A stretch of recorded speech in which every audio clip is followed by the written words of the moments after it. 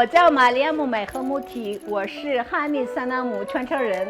我们这个哈密萨纳姆还别的萨纳姆哪个地方不一样？你们觉得？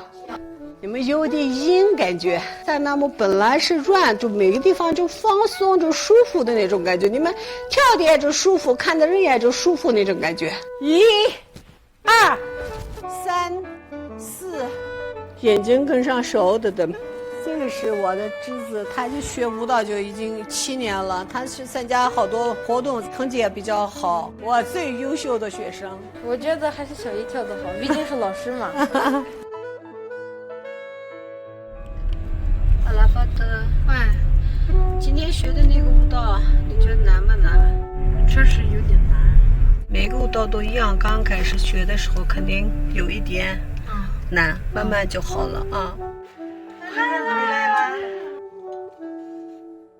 现在学的咋样？还可以。